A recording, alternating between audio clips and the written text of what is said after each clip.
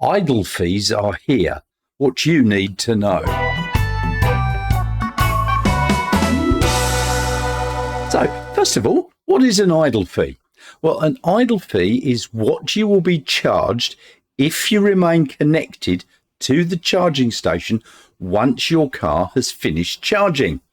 There's actually a grace period before this charge is incurred, and that varies depending upon the supplier. Now, one of the big things that upsets EV owners is to turn up at a charger only to find that it's blocked by another EV that was charging and has now finished but hasn't been moved, meaning that they now have to wait, especially if they don't have enough charge to get to another charging site. This sort of occurrence is very frustrating, and especially now as the number of EVs on the roads is increasing rapidly, but the charging network still needs to be expanded more. And this came to light earlier this year when someone parked their EV, plugged it in, and then went off and did, hot air ballooning or parachute jumping or something. And the car was left plugged in for about 6 to 8 hours, basically the whole day. And there were other people wanting to charge. Now, that guy had finished fully charging after an hour or two, and it just sat there connected. And there were no idle fees back then. Personally, I'm all for this and would love to see the concept expanded everywhere. Tesla has had idle fees for ages, and the fee varies depending upon the occupancy rate. And as you can see here from the Tesla website. Here on the Tesla website, they've got the supercharger idle fees for each country and region. Now, if you notice here, it says if the vehicle is moved within 5 minutes, the fee will be waived. Otherwise, idle fees will apply when the supercharger station is at 50% capacity or more. So if you've got a 6-station supercharger and 3 cars are parked there, idle fees will be applicable. But they double when the station is at 100% capacity. So if you've got the 6 bays and 6 cars there charging, it's doubled. So as you see here for Australia, it's 50 Australian cents per minute after the 5-minute grace period, or $1 Australian per minute if it is 100% occupied.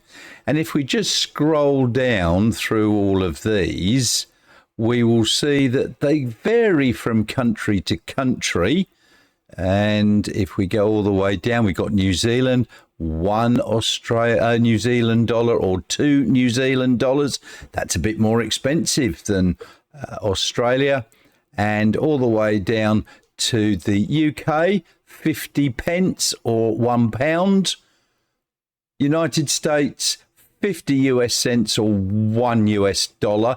That's slightly cheaper. No, slightly more expensive than Australia, because 50 American cents is worth a lot more than 50 Australian cents. So as you can see, there's quite a degree of variability. So you need to check what it's going to be for your country. But I think that this is a good idea. Now, it's not just Tesla. Here in Western Australia, ChargeFox now charge idle fees on the new WA or Western Australian EV network, and that was as from July the 18th, 2023.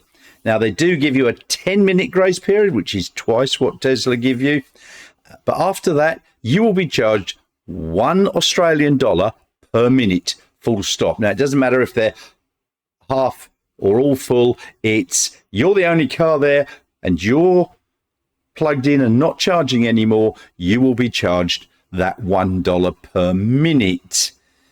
So ChargeFox, well done. I'm very, very pleased that this has come in.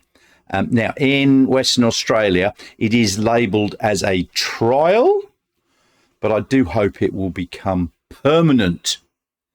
Now, it's not only here in Australia, but from August the 17th, Electrify America will also introduce idle fees as well as a variable charging rate. Now, Tesla do that here as well.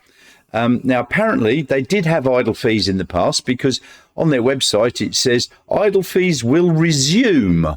So I'm assuming they had it before. Will resume on August the 17th.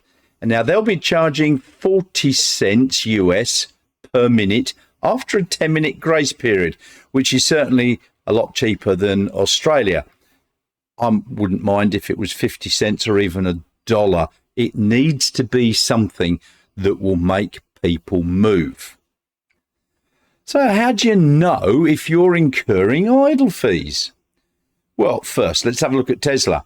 In the Tesla app, they will send you a notification just before charging is completed. And that will give you time to get to your car, unplug and move it. You can also watch on the app to see how far your car is charging all the time. So you know when you're getting there, it's time to go and move. Now, with other cars, if you're charging on the ChargeFox charger here in Western Australia, you'll be sent a notification once your car has completed charging, advising you that idle fees will apply after a 10-minute grace period. And they've also placed stickers and signage to advise you of these idle fees. Now, after the 10-minute grace period, you'll then get another notification that idle fees have started. So you better ensure that your notifications for the ChargeFox app are turned on in your phone. This is similar with Electrify America in the USA. They've got an app that can send you notifications, I do believe. And you should still have a reasonable idea how long your car will take to charge and be back there ready to unplug and move. So what if you just unplug your car and don't move? Or the spot is taken up by an EV that never plugged in, or even an ICE vehicle is taking up the spot? Well, unfortunately, at the moment, there's very little that can be done to penalise these selfish people. We've got parking fines. Now, over in some of the eastern states in Australia, you can get slugged a huge amount of money, and I'm talking a few thousand Australian dollars if you're parking in an EV charging spot. Okay, so hopefully that might discourage some people who either don't understand or just don't care because they're selfish. All right, and they just park there anyway. I've seen it so many times. People go, it's an electric vehicle spot. No, it's an electric vehicle charging spot. So I'm here to tell you that ain't the case. It's an EV charging spot, not a parking spot. So take a hike and find somewhere else to park. You know, car parks is usually plenty of room.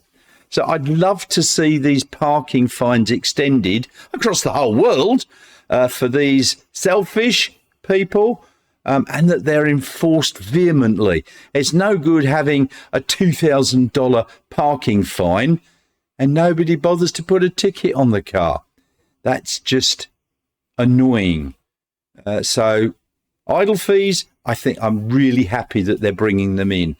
Parking fines, I think we need to get some more going. Yeah, there is Snap Send Solve. I don't know if that's outside of Australia or not, where you can take a picture, send it to the local council, but only a few councils really bother with that, unfortunately. Now, there's another thing here, and that is free charging, but that's for another video. There you have it, idle fees. Personally, as I've said, I think it's great that they're here. What do you think? Let me know in the comments below. Also, in the description, I've left some links. If you want to buy a Tesla, if you'd like to use my referral, that would be great. My Instagram channel, you can buy me a coffee and so on. That would all be very good.